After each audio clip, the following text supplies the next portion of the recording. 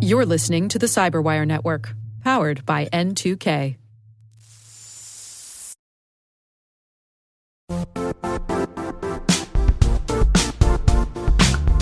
We've all been there. You realize your business needs to hire someone yesterday. How can you find amazing candidates fast? Well, it's easy. Just use Indeed. When it comes to hiring, Indeed is all you need. Stop struggling to get your job post noticed. Indeed's Sponsored Jobs helps you stand out and hire fast. Your post jumps to the top of search results so the right candidates see it first. And it works.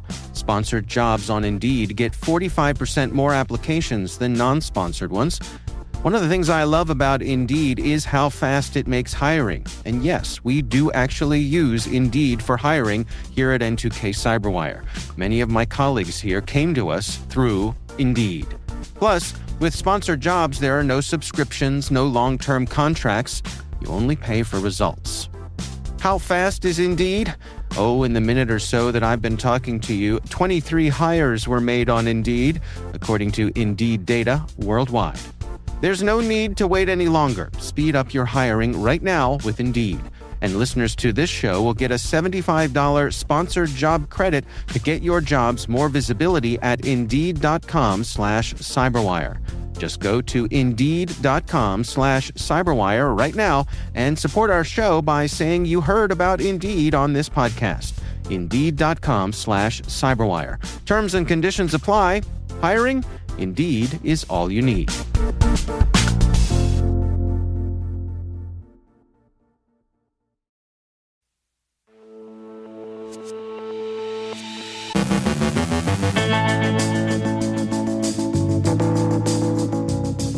Twitter had multiple waves of outages yesterday. Signal's president warns against agentic AI. A new lawsuit alleges Doge bypassed critical security safeguards. Is the Five Eyes Alliance fraying? The Ninja attack poisons AI memory through user interaction. Researchers report increased activity from the Sidewinder APT group. A critical Veritas vulnerability enables remote code execution. A Kansas healthcare provider breach exposes 220,000 patients' data. New York sues Allstate over data exposure and insurance websites. CISA warns of critical Avanti and Veracode vulnerabilities. The FTC is going to refund $25.5 million to victims of tech support scams. On our Industry Voices segment, we're joined by Gerald Buchelt, CISO at Acronis, who's discussing how threat research and intelligence matter to MSPs. And the UK celebrates a record-breaking Cyber First Girls competition.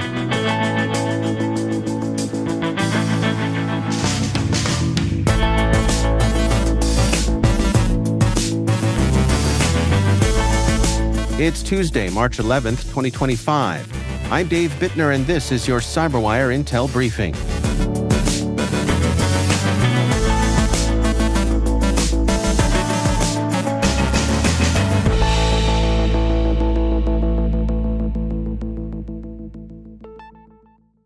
Thanks for joining us here today. It is great to have you with us.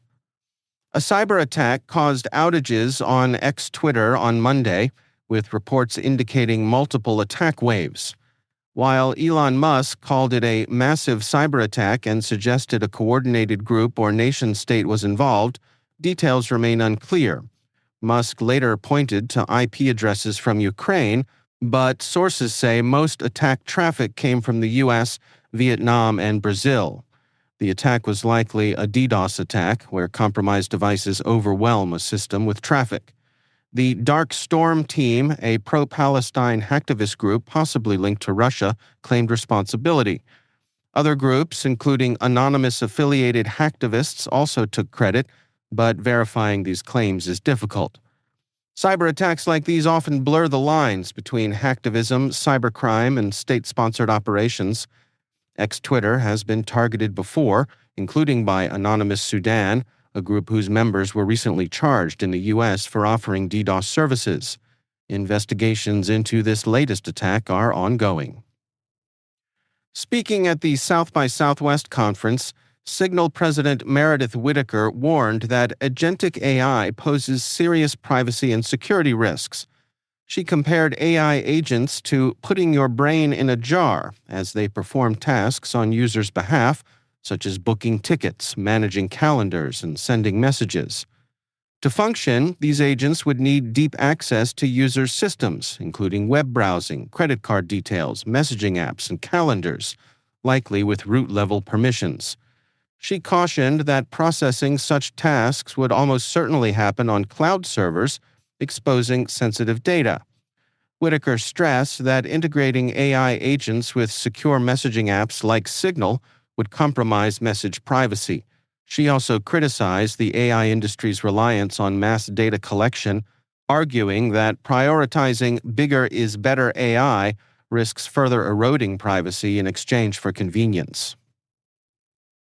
A new lawsuit alleges the Department of Government Efficiency, DOGE, bypassed critical security safeguards at the Social Security Administration, risking exposure of sensitive data.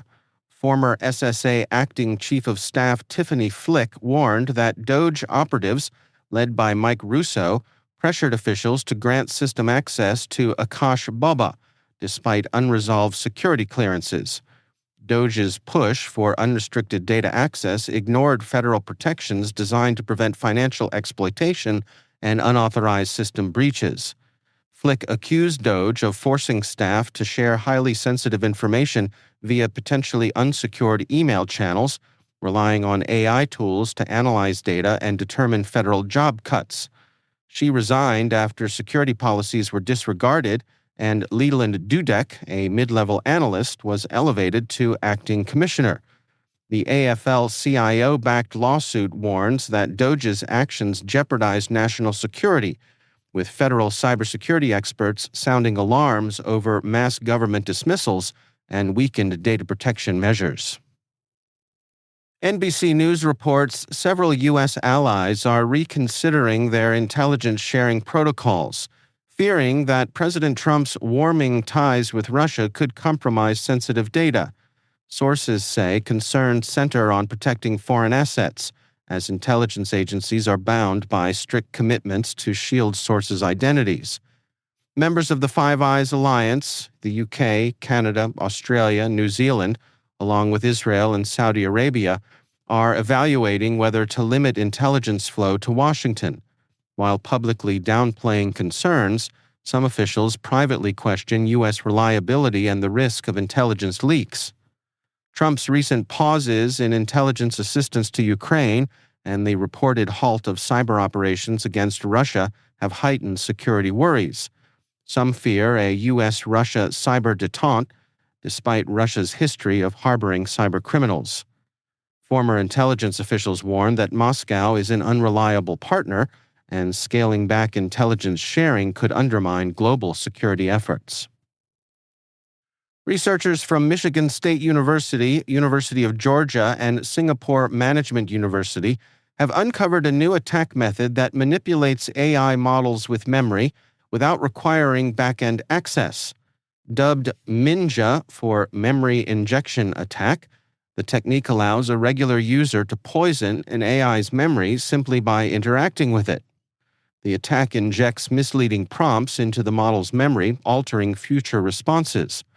Tested on GTP4-powered AI agents, Minja tricked a medical chatbot into swapping patient records, a web shop AI into misdirecting purchases, and a QA agent into answering questions incorrectly. With over 95% injection success, Minja bypasses traditional moderation filters by disguising manipulations as legitimate reasoning. The findings highlight serious security risks for AI systems with memory, urging immediate improvements in AI memory safeguards. OpenAI has not yet commented on the vulnerability. Researchers at SecureList report increased activity from the Sidewinder APT group in 2024, with enhanced malware, expanded targets, and global reach. Traditionally focused on military and government entities, the group now targets maritime, logistics, and nuclear sectors across South Asia, Southeast Asia, the Middle East, and Africa.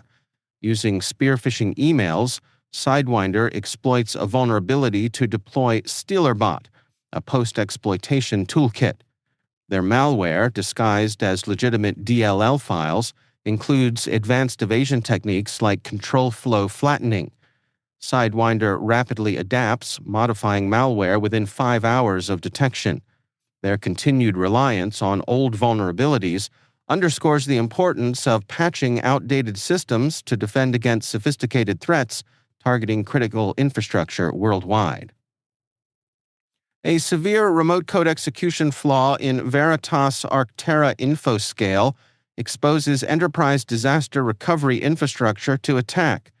The issue stems from insecure deserialization in the Windows plugin host service, allowing attackers to execute arbitrary code via malicious .NET remoting messages. The flaw affects InfoScale versions 7.0 and 8.0.2 on Windows, with system-level privilege risks.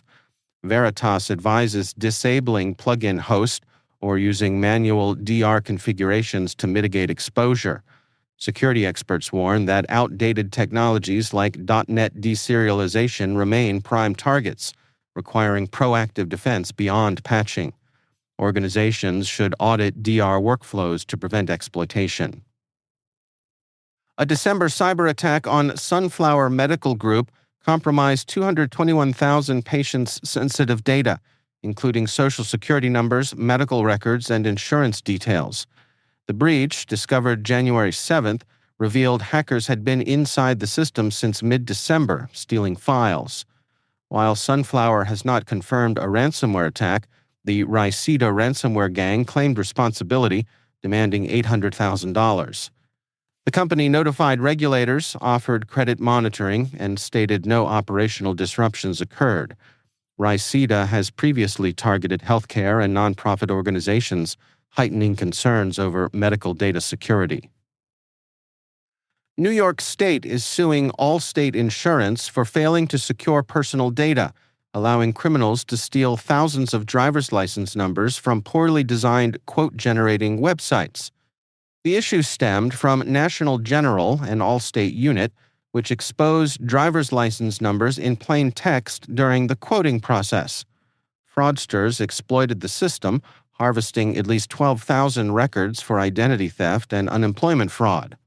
The breach went undetected for over 2 months, with 9,100 New Yorkers affected, yet National General failed to notify them, violating state laws.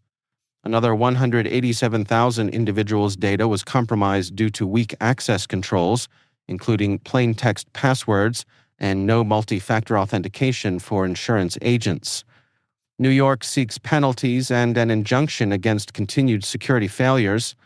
Texas has also sued Allstate for allegedly collecting telematics data without user consent, further raising privacy concerns.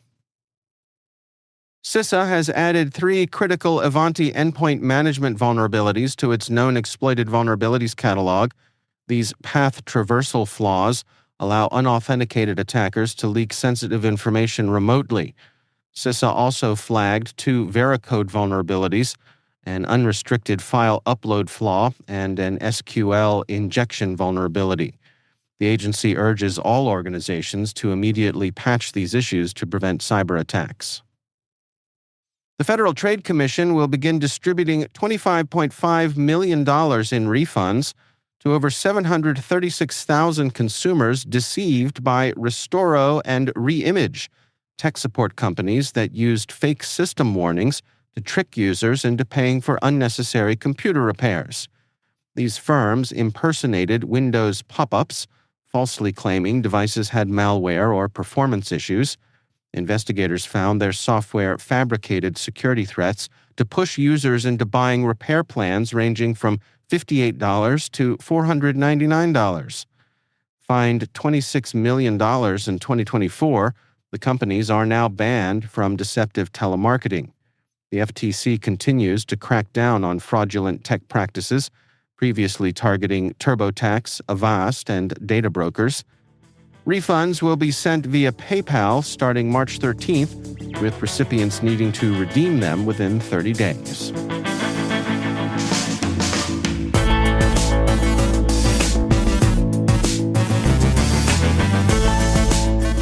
Coming up after the break, my conversation with Gerald Buchelt, CISO at Acronis. We're discussing how threat research and intelligence matter to MSPs. And the UK celebrates a record-breaking Cyber First Girls competition. Stick around.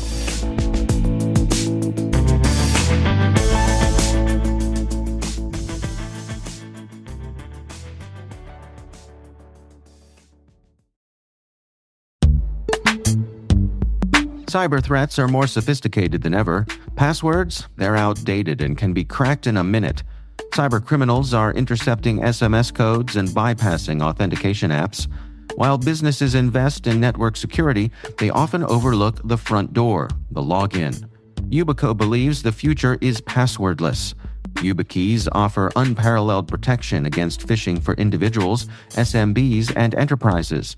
They deliver a fast, frictionless experience that users love. Yubico is offering N2K followers a limited buy one, get one offer. Visit yubico.com/N2K to unlock this deal. That's YUBICO. Say no to modern cyber threats. Upgrade your security today.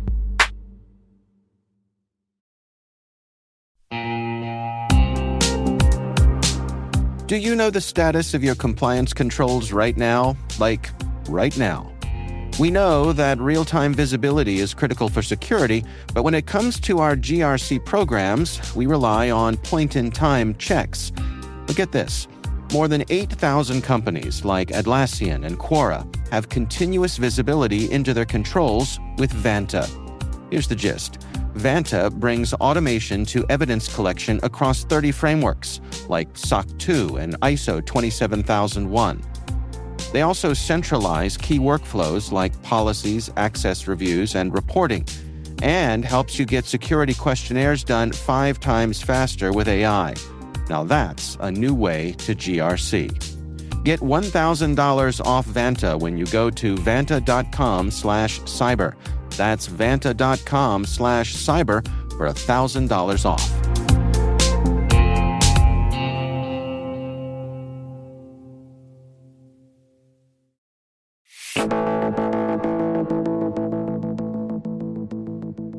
Gerald Buchelt is Chief Information Security Officer at Acronis. And in today's sponsored Industry Voices segment, we discuss how threat research and intelligence matter to MSPs. The managed service provider industry has really been at the forefront of rolling out technology for small and medium businesses and making it scalable and usable for those kind of businesses. If we think back like 20 or 30 years, it's like it was typical that each company had their own small IT department, which typically consisted of a few administrators, perhaps, and we're trying to really keep things together.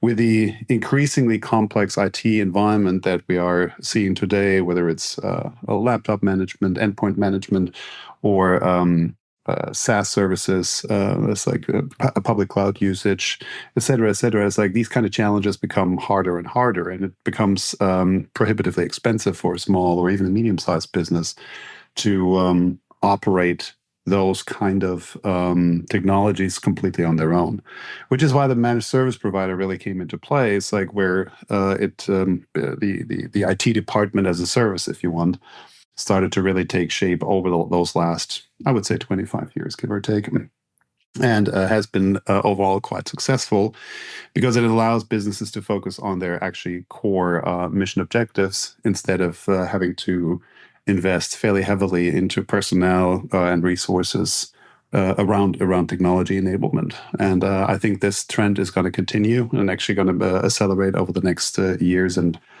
decades, because at the end of the day, it's like we are in a labor sharing environment, and I think these kind of like technologies really make sense to be managed by professionals that focus on that instead of having everyone to try to do their own thing. The scope of the managed service provider really started out, obviously, as in a fairly limited IT management fashion around a basic corporate IT enablement, but has gone now really much deeper into all aspects of the corporate environment, including running back office systems, but also in an increasing way focusing on security.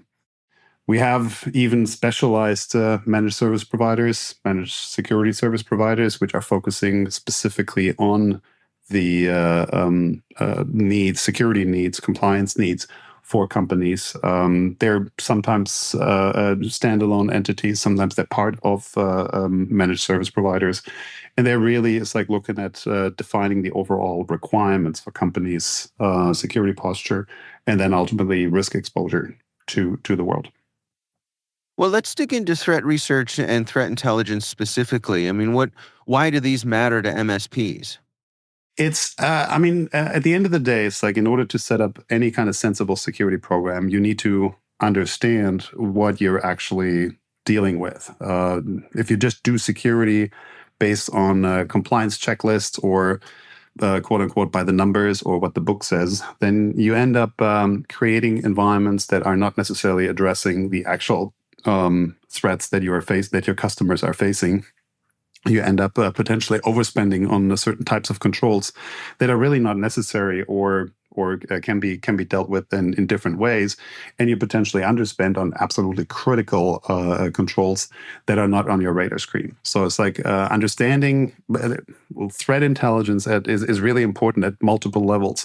At the highest level, it really is needed in order to be able to fully understand it's like the risk and exposure of your customers, of your own business actually as well. It's like, and for that you really need to know your customers. But it's like understand that well in order to define the right kind of controls that you want to put in place.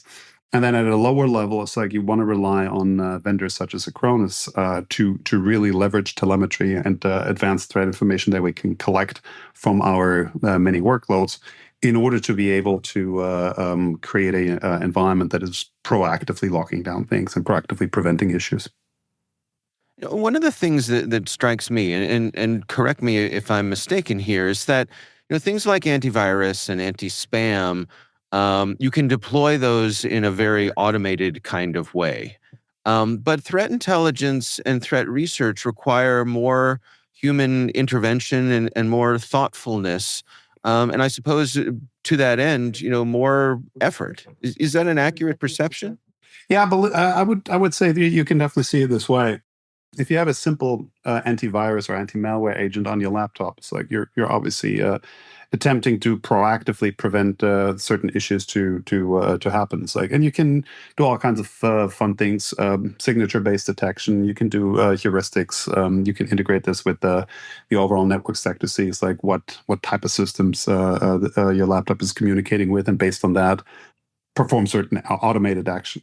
But I think the true magic comes into play when you start to take this information and collect it at a central point in order to better understand what is actually going on in your environment, and then potentially have even better and more comprehensive controls in place that do not necessarily only act on a single laptop, but on the entire environment. And that's where we really get into the EDR and ultimately XDR environment, where you can integrate the kind of the kind of telemetry that comes from your respective laptops into centralized environment. It's like alert and monitor based on that. Do research through a pretty much interactive kind of capability that allows you to execute certain types of tasks on through the agent that you have on those endpoints, and ultimately get a much better sense in terms of like what's going on. And as such, like I said, it's like be much more proactive about locking down certain aspects of your infrastructure.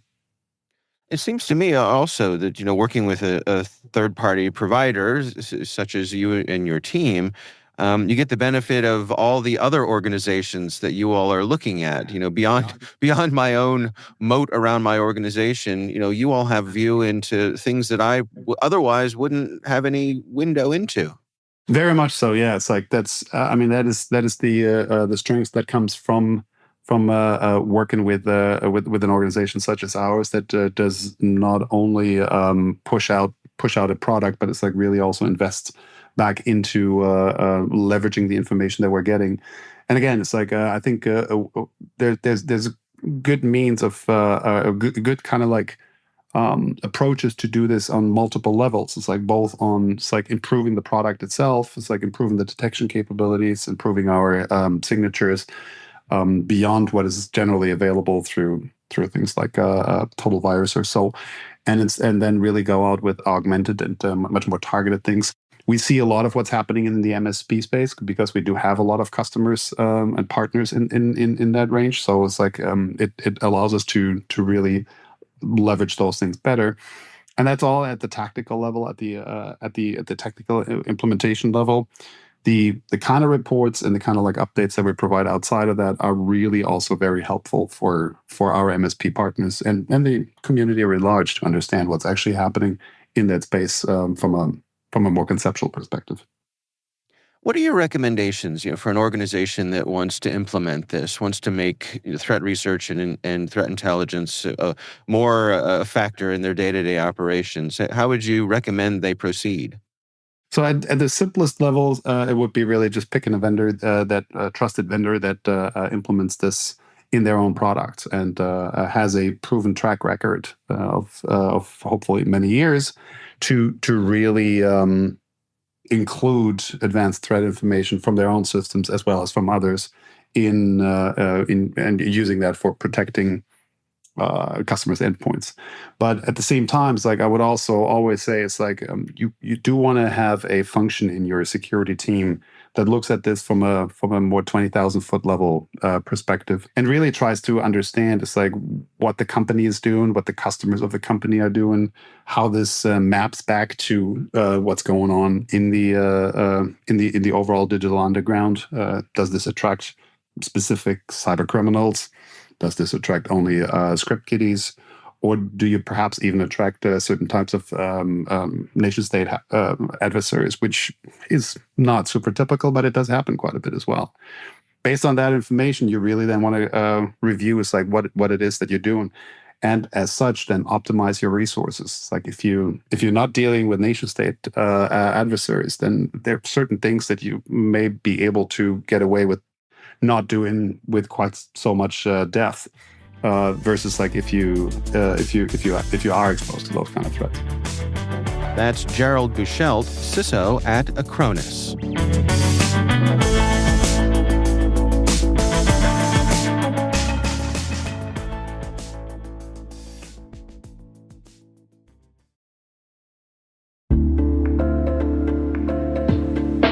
Hey everybody, Dave here. Have you ever wondered where your personal information is lurking online?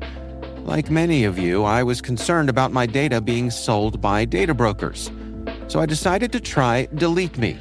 I have to say, Delete Me is a game changer. Within days of signing up, they started removing my personal information from hundreds of data brokers. I finally have peace of mind knowing my data privacy is protected. Delete Me's team does all the work for you with detailed reports, so you know exactly what's been done. Take control of your data and keep your private life private by signing up for Delete Me. Now at a special discount for our listeners. Today, get 20% off your Delete Me plan when you go to joindeleteme.com/N2K and use promo code N2K at checkout. The only way to get 20% off is to go to joindeleteme.com/N2K and enter code N2K at checkout. That's joindeleteme.com/N2K, code N2K.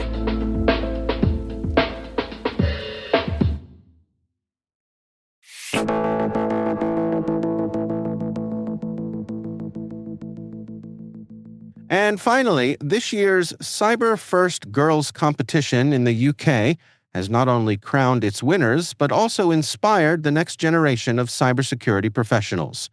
In a record-breaking year, 14,500 girls across 4,159 teams took on the challenge, showcasing brilliant problem-solving, teamwork, and determination. At a ceremony at Jodrell Bank, Hillcrest School in Birmingham was named top-scoring state newcomer, while Henrietta Barnett School in North London took top-scoring team. With regional champions and special award winners also honored, the event coincided perfectly with International Women's Day, highlighting the industry's need for more female representation. Chris Ensor of the NCSC expressed gratitude to teachers, sponsors, and participants, emphasizing the importance of encouraging young women into cyber careers. With just 17% of cybersecurity roles filled by women, Competitions like Cyber First are critical in closing the industry's skills gap and shaping a more diverse future.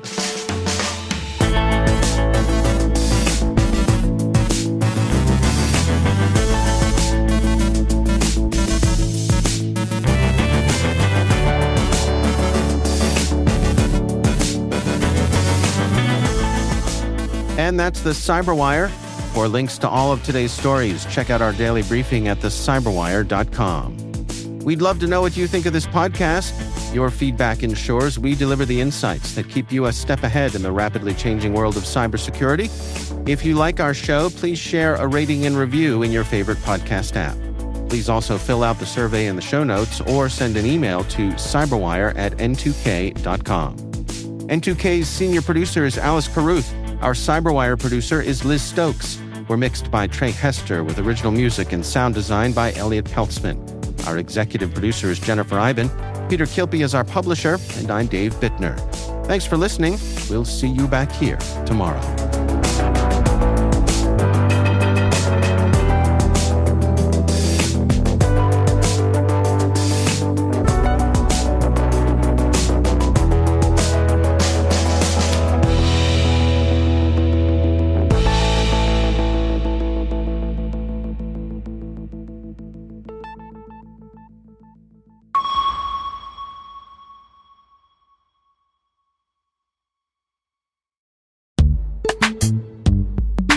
And now, a message from our sponsor, Zscaler, the leader in cloud security. Enterprises have spent billions of dollars on firewalls and VPNs, yet breaches continue to rise by an 18% year-over-year increase in ransomware attacks and a $75 million record payout in 2024. These traditional security tools expand your attack surface with public-facing IPs that are exploited by bad actors more easily than ever with AI tools. It's time to rethink your security.